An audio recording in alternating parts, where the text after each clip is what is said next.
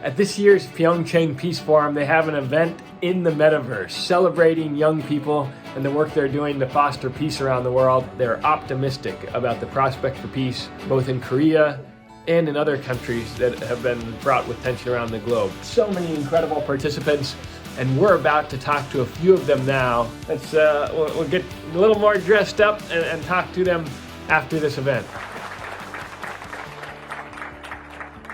Tell me about the award ceremony last night where you received, in the Metaverse, accolades for all the work you've been doing. It was a very interesting experience, and it was my first time as well using Metaverse, and it was completely different. It felt like being in a video game because we all had our own avatars and everything. It was very new for me. I never experienced something related to the Metaverse before, but it was really good to know like there are other ways to connect. I really enjoyed the background and the landscape. I can see sea, trains, clear sky, and many people sit and clapping. Even though I'm currently sitting in Pakistan, it did feel as though I was situated in PyeongChang. You're right.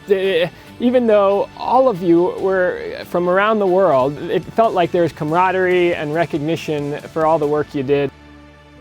One of the things that's so interesting is that the Metaverse really might help us see beyond our borders.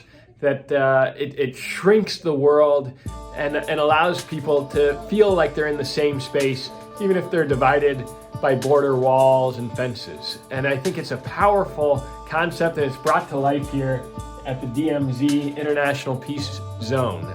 But just in case that people don't know what it is, the DMZ stands for the Demilitarized Zone, which is the frontier between South Korea and North Korea.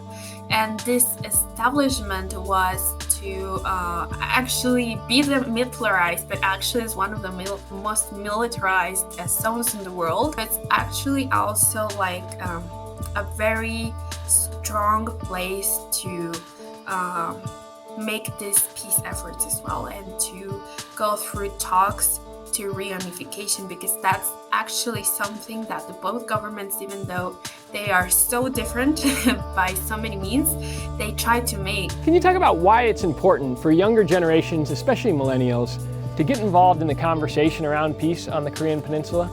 Regarding of the peace, the problem is people like me as a youth are not really understand about how to get it right, how to see it right, to see the conflict. I think to get people understand the problem first before to make a move in advance. I really believe that we, the youth, have newer resources at our disposal, which perhaps our predecessors didn't have in terms of technology, that we can use to create awareness on such topics. Conflict and war, it is not happening only in certain parts of the world.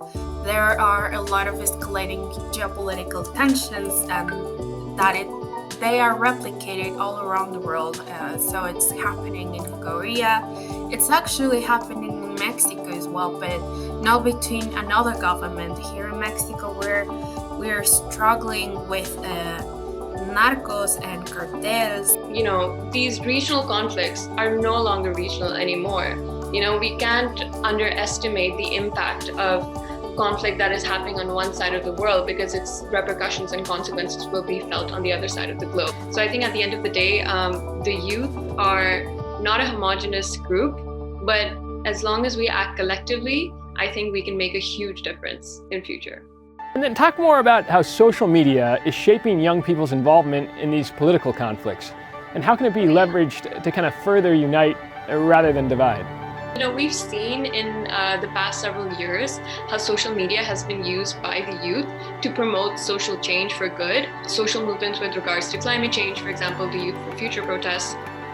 We've seen it with regards to the Black Lives Matter movement, the violence in Myanmar, what's happening right now in Ukraine. So I think, you know, we the youth as a generation have become extremely adept at utilizing the lingo of social media, at utilizing all the different forms of communication we have at our hand, whether that's using platforms such as TikToks or whether that's creating memes. I think we've become extremely inventive in the way that we approach peace and the way also in which we engage others to join the dialogue. So I think the promotions through social media, it could be benefited to all who are interested to build this social movement and peace through digital marketing. And so it could be benefited to increase the social awareness, especially how the community being empowered, especially women. Technology is at the tip of our fingers, and we can utilize this amazing technology to come together and to strengthen each other's resources rather than working in silos. So I think that is one of the most biggest impacts that we can make towards peace in the future.